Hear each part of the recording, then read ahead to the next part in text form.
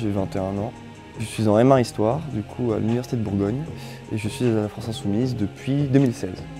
Je fais moins de DJing, du coup, je fais un peu plus de production. Le but de ça, c'est d'après de les vendre, quoi. Voilà, pour que des gens posent dessus. En gros.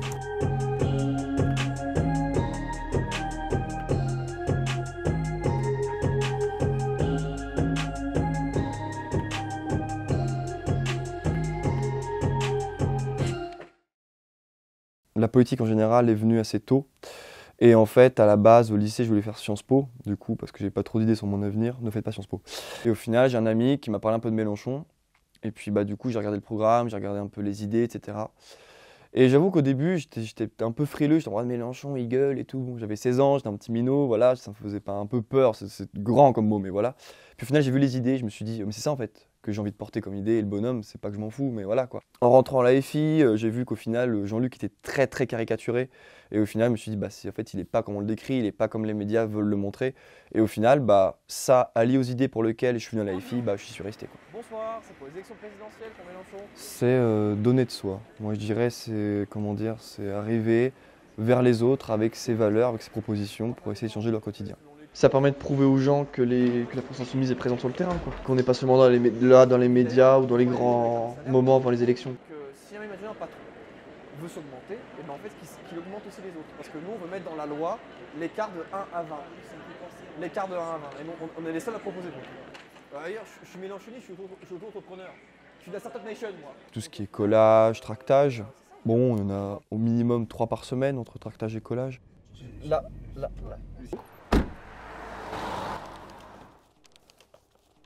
Et au niveau du temps, ça dépend. C'est-à-dire qu'un collage peut prendre tout autant 1 heure s'il n'y a personne sur le campus ou sur les endroits où tu colles, autant que 3, 4, 5 heures s'il y a d'autres gens qui viennent et que tu joues au chat et la souris. Et là, c'est on va dire 10 heures minimum par semaine, quoi. Même en général, le militantisme, c'est pas facile, quoi. Pareil, je me suis niqué un genou aux européennes parce que j'ai trop milité. Je me suis pris un procès pendant 2 ans. On m'a accusé d'être l'organisateur des Gilets jaunes, de l'acte 2 des Gilets jaunes. Bon, ce qui est risible, hein, c'est-à-dire que des darons de 40, 60 ans, c'est qu'un gamin de 18 ans, elle est tout organisé, c'est vrai. Donc au final, mais ce qui m'a valu quand même 2 ans de procédure, avec plusieurs reports, avec le parquet qui en première instance a fait appel, donc j'ai eu une deuxième instance derrière. Donc le militantisme, c'était très dur. Mais moi, je reste pour les gens au final. Parce que j'estime que mes idées et que mes combats font changer la vie des gens. Quand Jean-Luc est président, ce qui se passe, c'est une euphorie, me suis une énorme boule dans le ventre. Parce que la responsabilité, on en a une énorme au niveau historique.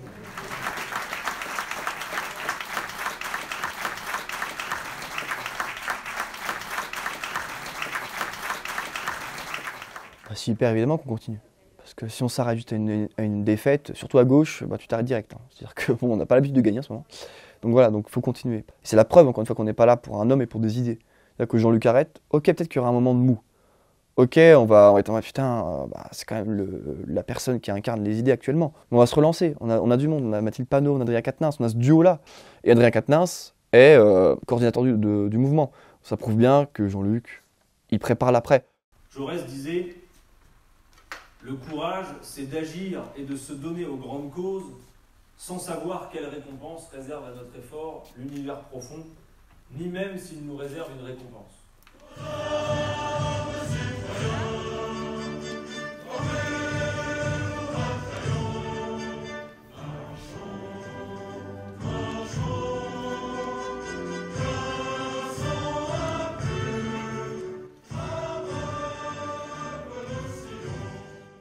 Et vous dites en avant tout le monde et on a gagné.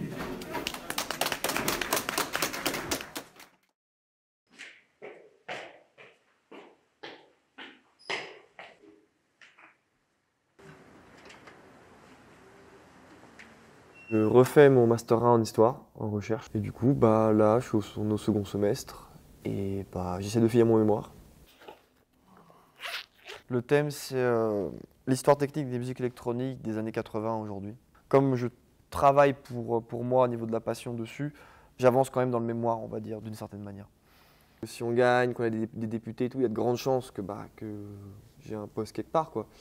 Donc choisir entre la politique, si on est au pouvoir, et un master, moi, je choisis très vite fait, quoi. Donc à l'heure où on parle, le premier tour n'est pas encore passé, du coup, on verra bien, quoi. Mais si j'ai pas d'opportunité autre, je finis, oui.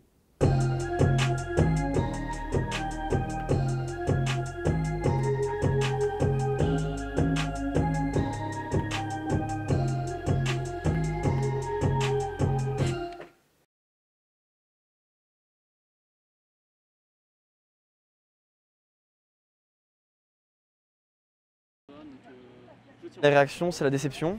C'est aussi un peu d'espoir avec les députations. Et là, on voit un intérêt qui grandit pour les législatives. On fait un petit stand pour ramener les gens sur les élections législatives. Il y a une quinzaine de personnes là qu'on a repris depuis tout à l'heure. Comme l'a dit Adrien Quatennens sur France 2, dès le soir du premier tour, il faut imposer un troisième tour social à Macron ou à Le Pen, peu importe qui est élu, pour avoir un maximum de députés insoumis à l'Assemblée nationale. Maintenant, c'est un nouvel âge politique, et ce nouvel âge politique, c'est à nous de le mener. Et le combat, on va le mener sur les législatives, mais aussi sur les 4 ans à venir sans élection, dans des mobilisations sociales, autant au niveau local qu'au niveau national. Et je pense que l'engagement il va être encore plus gros. Et là, justement, à nous de sécuriser les gens, d'avoir des groupes jeunes forts, même avec la défaite au présidentiel, et d'aller gagner les législatives, quoi.